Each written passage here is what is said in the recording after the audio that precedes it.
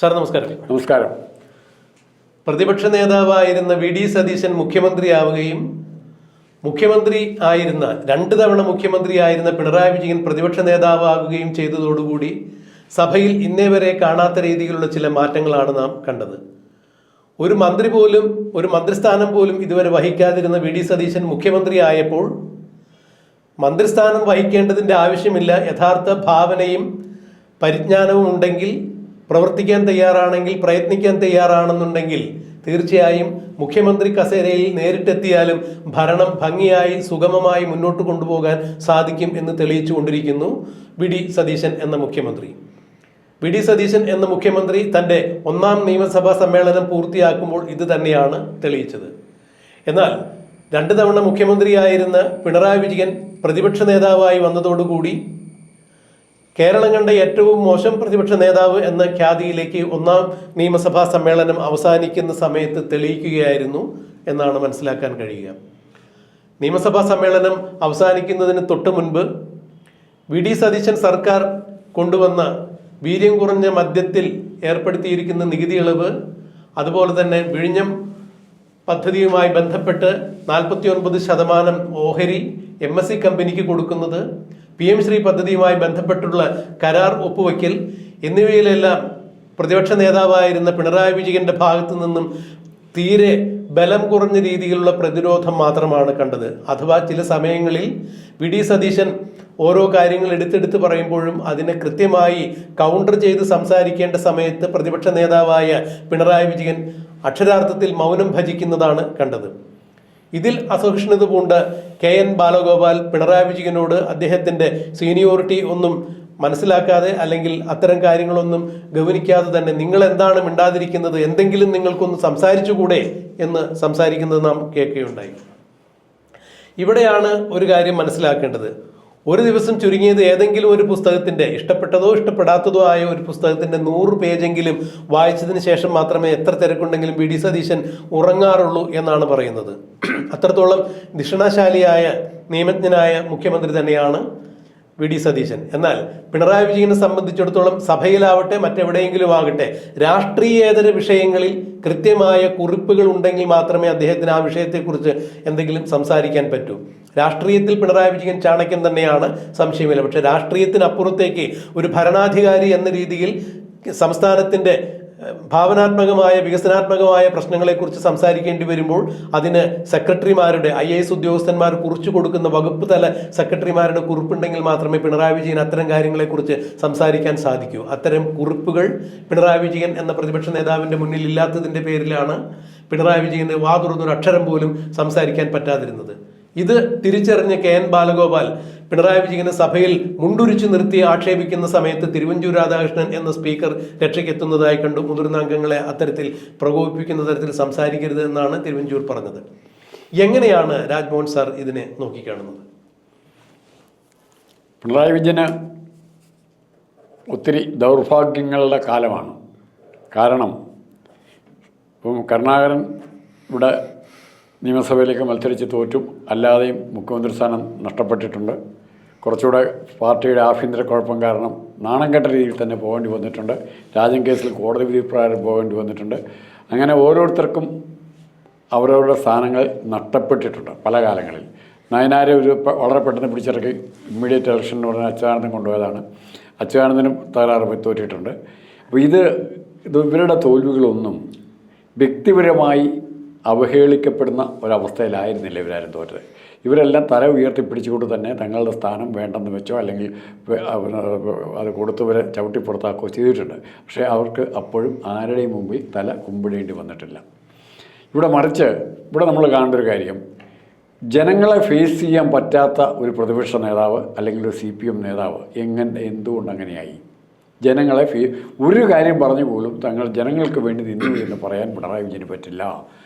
മാത്രമല്ല, ഒരു സർക്കാരിന്, ഒരു മന്ത്രിക്ക്, ഒരു രാഷ്ട്രീയ നേതാവിന് ഏതെല്ലാം കൊള്ളകൾ നടത്താമോ, ഏതെല്ലാം തരത്തിലുള്ള കൊള്ളകൾ നടത്താമോ, ഏതെല്ലാം തരത്തിലുള്ള ക്രൂരതകൾ ചെയ്യാമോ, ഇതെല്ലാം ചെയ്ത് എണ്ണി ഓരോരുത്തരും കണക്ക് പറഞ്ഞുകൊണ്ടിരിക്കുകയാണ്. ഈ കണക്കിന് ഉത്തരം പറയാൻ പിണറായി വിജയന് സാധിക്കുമോ? ആര് വിചാരിച്ചാലും സാധിക്കുമോ? എഴുതി കൊടുക്കുന്ന പ്രസംഗം നിയമസഭയിൽ എന്തിനാ ഇദ്ദേഹം കാണിച്ച ഏറ്റവും വലിയ മണ്ടത്തരം, സതീശനെ പോലെ ഒരാൾ മുഖ്യമന്ത്രി ആയിരിക്കുന്ന സ്ഥലത്ത്, സതീശനല്ല ആരാണേലും മതി, ഇപ്പോൾ അടുത്ത ദിവസം ജനിച്ചു എന്ന എ.ഡി. തോമസിനോട് പോലും ഉത്തരം പറയാൻ പറ്റിയില്ല, ജിനീഷിനോട് ഉത്തരം പറയാൻ പറ്റിയില്ല, പിന്നെയാണോ സതീശനോടോ അല്ലെങ്കിൽ മാത്യു കൊള്ളാനോടോ മിണ്ടാൻ പറ്റുമോ? നമ്മൾ ഓർക്കണം, അലറി വിളിക്കുന്ന പിണറായി വിജയൻ ഓർക്കണം, മാത്യു കൊള്ളാനെ എൻ്റെ മോളെ പറ്റി പറഞ്ഞാൽ സഭയിലേക്ക് വീട്ടിലിരിക്കുന്നവരെ വിളിച്ചു വരുത്തരുത് എന്ന ആവേശത്തോടെ പറഞ്ഞ പിണറായി വിജയൻ 1000 പ്രാവശ്യം ഇക്കാര്യങ്ങൾ പറഞ്ഞപ്പം ഒറ്റ അക്ഷരം വാ തുറന്ന് കമാ എന്നൊന്ന് പറയാൻ ഈ അദ്ദേഹത്തിന് സാധിച്ചു. അപ്പോൾ നമ്മളൊന്ന് ആലോചിക്കണം, അദ്ദേഹത്തിൻ്റെ മനസ്സ് ഇത്രയും കാര്യങ്ങൾ കേട്ട് ചെവി കൂടെ കേട്ട് ഇങ്ങനെ ആടി കുഴഞ്ഞ് നടക്കുമ്പോൾ പിണറായി വിജയൻ്റെ മനസ്സ് എവിടെയായിരിക്കും? വീണ ഇ.ഡിയുടെ മുമ്പിൽ എന്തായിരിക്കും പറഞ്ഞിരിക്കുന്നത്? ഇനി നാളെ പോയാൽ എന്ത് പറയണം? ഇത്തരം ആലോചനകളിൽ നിന്ന് രക്ഷപ്പെടാൻ പിണറായിക്ക് സാധിക്കുമോ? ഈ ചിന്തയായിരിക്കും ഭരിക്കുന്നത്. കമ്മ്യൂണിസ്റ്റ് പാർട്ടി എങ്ങനെ വളരുന്നോ, കമ്മ്യൂണിസ്റ്റ് പാർട്ടി എങ്ങനെ തോറ്റതായിരിക്കില്ല പിണറായി വിജയൻ ചിന്തിക്കുന്നതും ചർച്ച ചെയ്യുന്നതും ആലോചിക്കുന്നതും.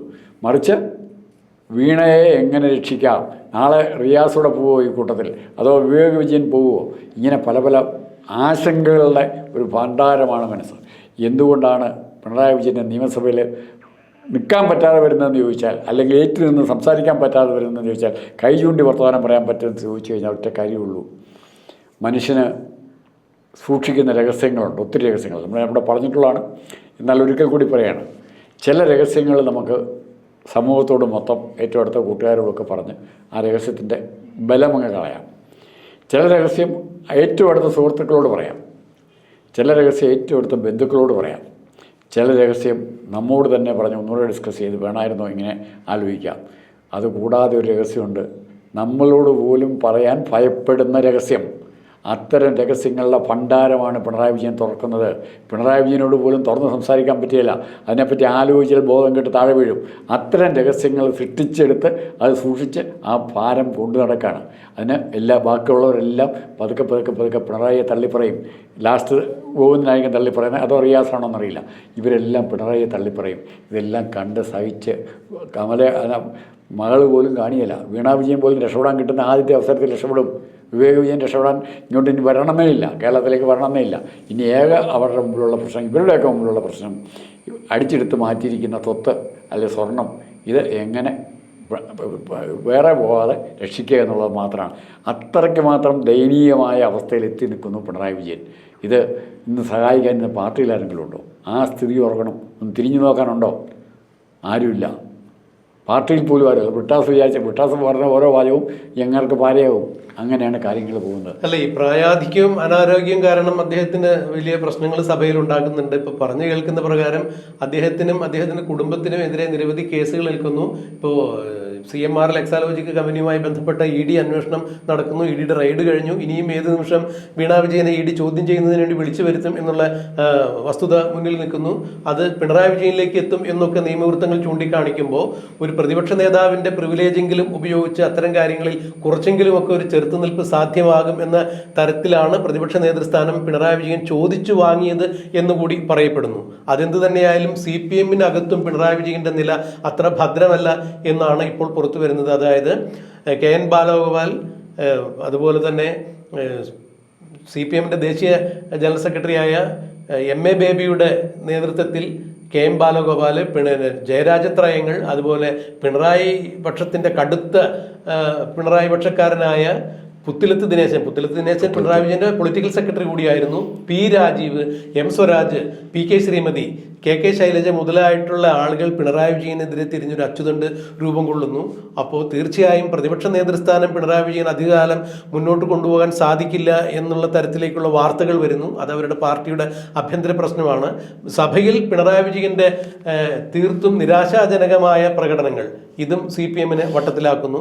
അപ്പോൾ തീർച്ചയായും കൂടി വന്ന ഒരു CPM-ന്റെ കേന്ദ്ര കമ്മിറ്റി വരെ മാത്രമേ പിണറായി വിജയന്റെ പ്രതിപക്ഷ നേതൃസ്ഥാനം ഉണ്ടാവൂ. അഥവാ ED കേസിൽ വീണാ വിജയനോ അല്ലെങ്കിൽ പിണറായി വിജയനോ ഏതെങ്കിലും തരത്തിൽ നിയമ നടപടികൾ നേരിടേണ്ടി വന്നു കഴിഞ്ഞാലും പ്രതിപക്ഷ നേതൃസ്ഥാനം പിണറായി വിജയന് ഉപേക്ഷിച്ച് പോകേണ്ടതായി വരും.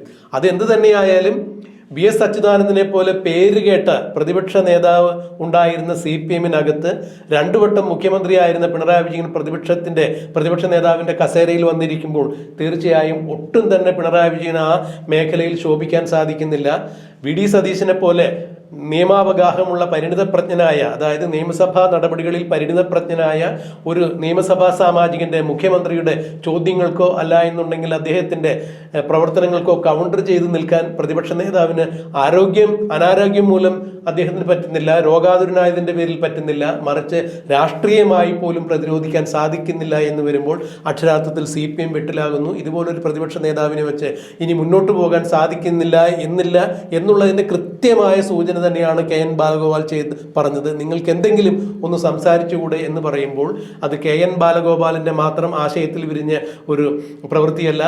ദേശീയ സെക്രട്ടറിയായ MA ബേബി തന്നെ പിണറായി വിജയന് സഭയിൽ കൃത്യമായി താക്കീത് കൊടുക്കാൻ KN ബാലഗോപാലിനെ ചുമതലപ്പെടുത്തിയിട്ടുണ്ടാകാം, അല്ല എന്നുണ്ടെങ്കിൽ പാർട്ടിയുടെ പുതിയ അച്ചുതണ്ട് അത്തരത്തിലൊരു നിർദ്ദേശം കൊടുത്തിട്ടുണ്ടാകാം.